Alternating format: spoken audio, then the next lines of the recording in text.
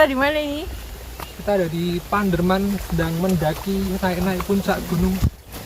Akhirnya setelah sekian lama saya naik gunung lagi. Oh, yes. Tapi kali ini ditemani oleh teman saya yang paling jago jalan-jalan. Tidur di pos ronda. Tidur di pos ronda lebih kepada homeless ya. Homeless. Oh iya, ada alasannya nih kenapa kok kita jalan-jalan sampai naik ke gunung. Itu nanti aja, yo kita lagi nanjak. Oh iya, lagi nanjak.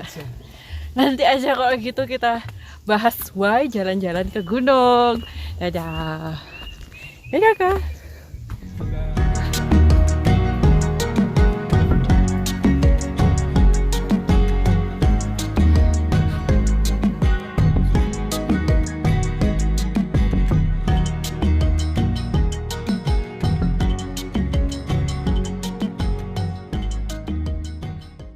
Jadi di sini tadi bingung, ada 3 cabang,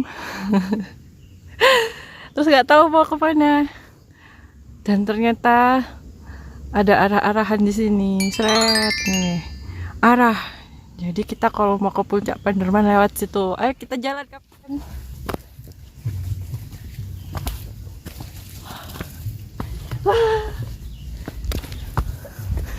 Pemandangannya. Kita naik lagi, lanjut.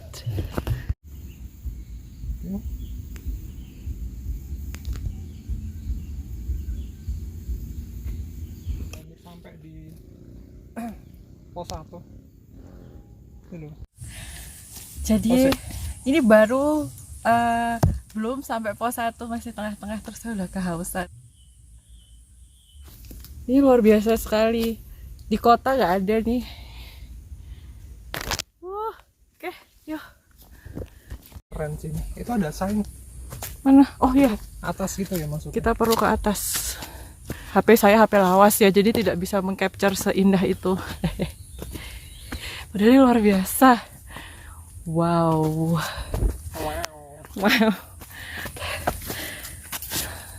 Kita mau cek maps dulu supaya tidak nyasar. Oh iya. Sampai mana kita, Kak? Tinggal di depan situ, Ra. Oh, dikit banget. Dikit lagi sampai pos 1. Oke.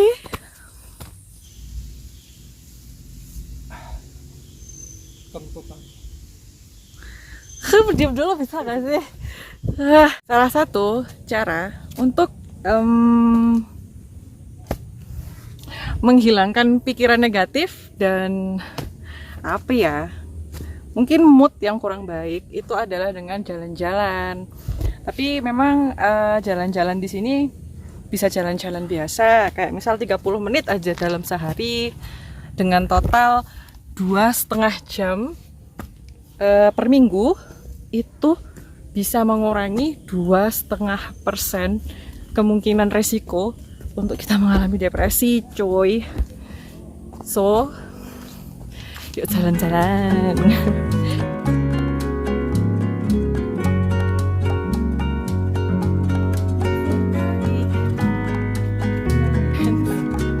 Mau coba? Oke.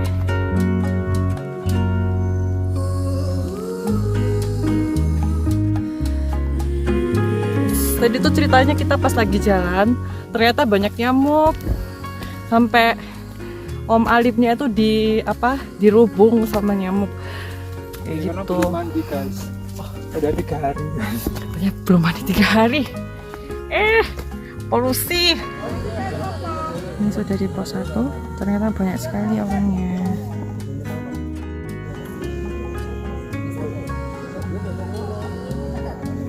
Cuacanya cukup mendung. Kalau lihat di weather.com katanya bakalan hujan sih, tapi masih 96% kemungkinan hujannya, dan jam 3-an nanti gitu. 4 jam 12 kita sampai di pos 1. Ada banyak orang tadi di sana pada istirahat. Ada jalan Pak ya lewat bawah situ? Mas, jalannya situ ya, Mas? Ya. Oh, nggih. Nggih. Matur nuwun. Jadi habis ini kita mau lanjut ke pos 2 sebelah sana. Terus fun fact-nya, kalau kita sering jalan-jalan di green area kayak gini, itu tuh bagus untuk meningkatkan mood kayak gitu. Jadi kalau lagi bad mood, kita jalan-jalan ke green area kayak gitu.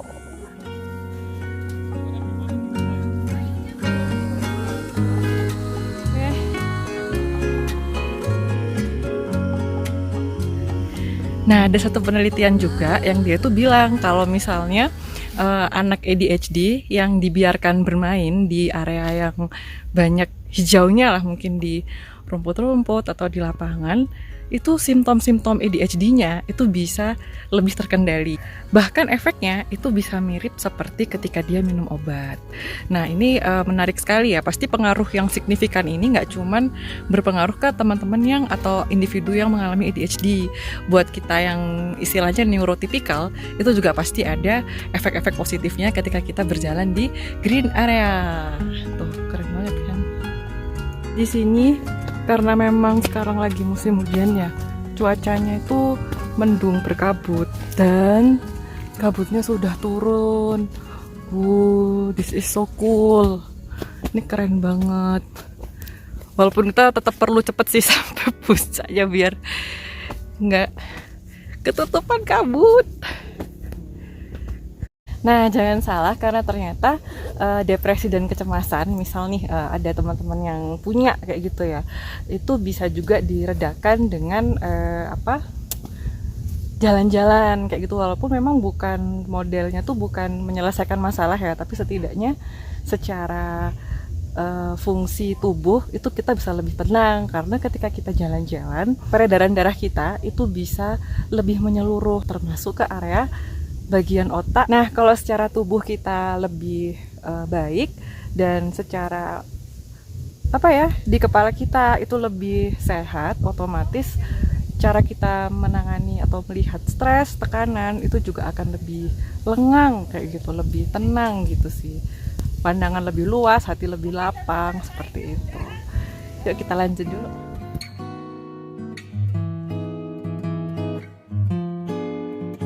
Kita mau rehat dulu atau langsung ke atas? Kita rehat dulu kan. Oke. Monyet. Berani ya ini monyetnya. Kita nemu monyet. Jadi di Gunung Panderman itu di sini juga banyak monyet-monyet. Monyetnya lucu. Tadi kita nemu monyet di pos 1, tapi monyetnya sembunyi. Nah, ini tiba-tiba aja dia muncul. Curut gitu. Iya. Halo. Nggak tahu ini namanya siapa. Ini laki-laki atau perempuan ya? Laki-laki. Laki-laki ya. Oh, mungkin namanya Pak Broto. Pak Broto. Pak Broto. Mau kemana Pak Broto? Sini Pak Broto, ngobrol-ngobrol dulu kita. Oh gitu, suruh duduk. Suruh duduk kita kan di situ kan. Oke. Lucu. Dadah Pak Broto, kita lanjut dulu. Dadah. Dadah.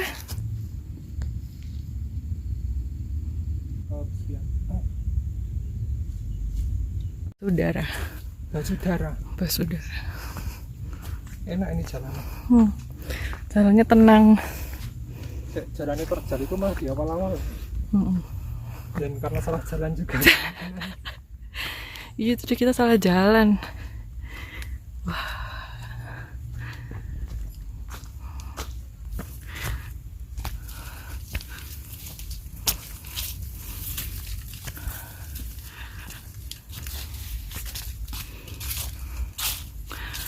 Ada cahaya matahari setelah tadi itu berkabut dan khawatir hujan juga sih sebetulnya, tapi ternyata masih oke. Biasa langit birunya kelihatan. Wah.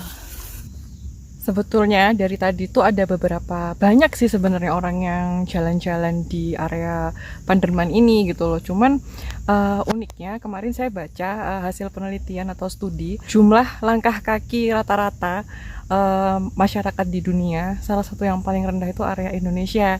Jadi di situ juga agak miris gitu loh, padahal tapi bisa jadi karena orang-orang yang suka jalan-jalan ini gak bawa HP kan, jadi nggak ke-track, itu juga bisa jadi kayak gitu.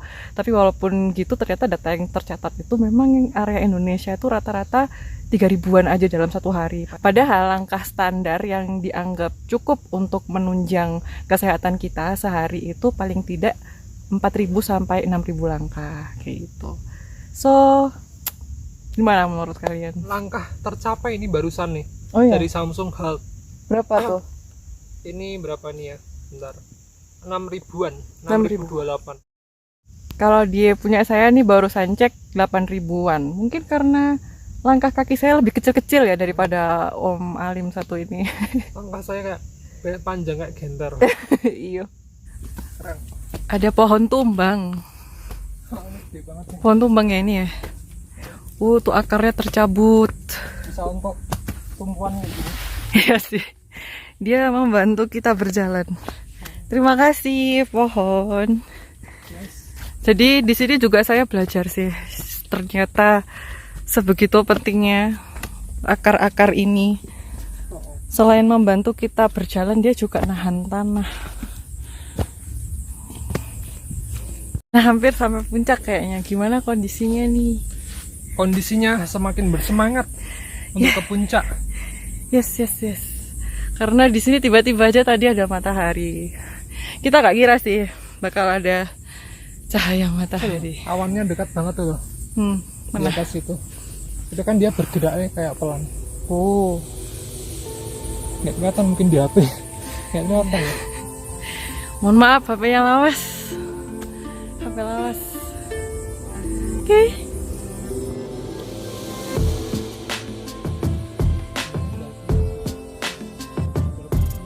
Ini jalannya cukup nanjak. Sekalian kita body weight.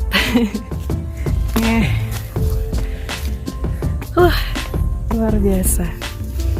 Orang tuh kan apa ya? Kalau menurut teori intelligence, multi intelligence dari Gartner, itu manusia tuh punya beberapa tipe kecerdasan. Ada yang naturalistik, ada yang intrapersonal, interpersonal, musik, banyak. Mungkin yang model-model kayak gini nih, yang naturalistik tapi masih noob. Soalnya pegel. Wah tuh lihat tuh, tanjakannya luar biasa. Nggak mau ada sinyal parah.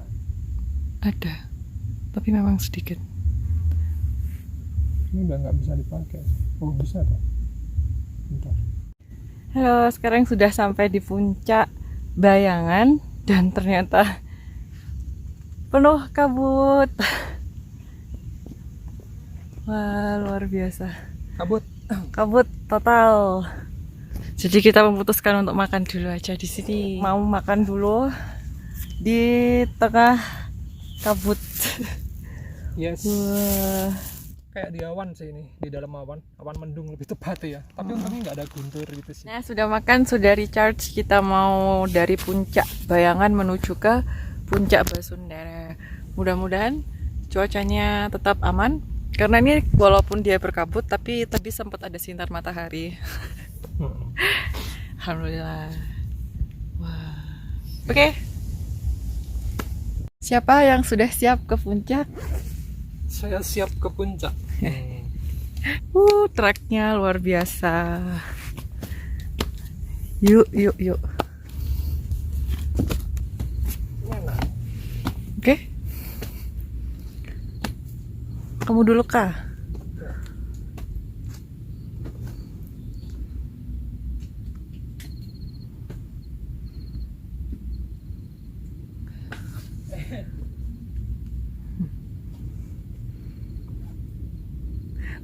Taruh kamera di situ seru sih. Oh iya. Iya.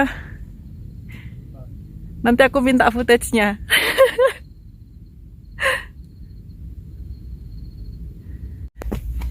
Kita mau menaiki tanjakan yang luar biasa.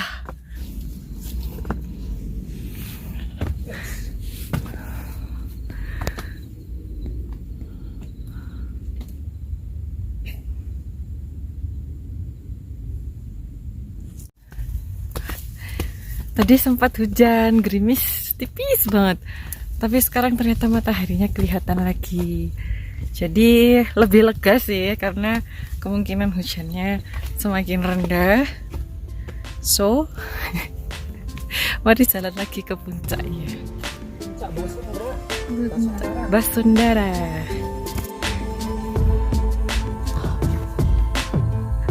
Ternyata merekam sambil naik jalanan kayak gini luar biasa effortnya.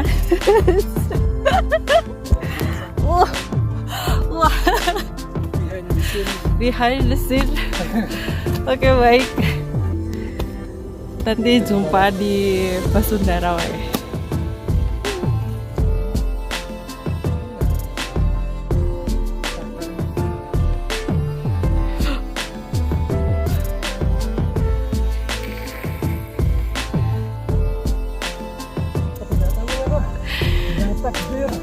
Allah. Oke. Aduh. Ini seru banget jalannya tuh kayak masuk ke terowongan. Wah.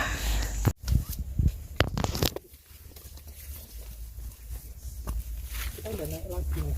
Oh iya. Ini kamu di irit-irit gitu.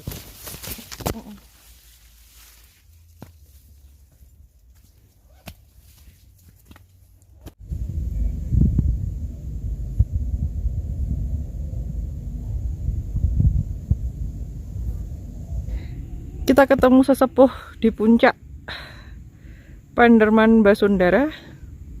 Wah, permisi Simbah. Kita mau ngonten. Halo, akhirnya sudah sampai di puncak. Alhamdulillah cuacanya masih cerah. Kita nemu monyetnya bawa anak. Dia ada atas sini loh. Tuh keren sih lah.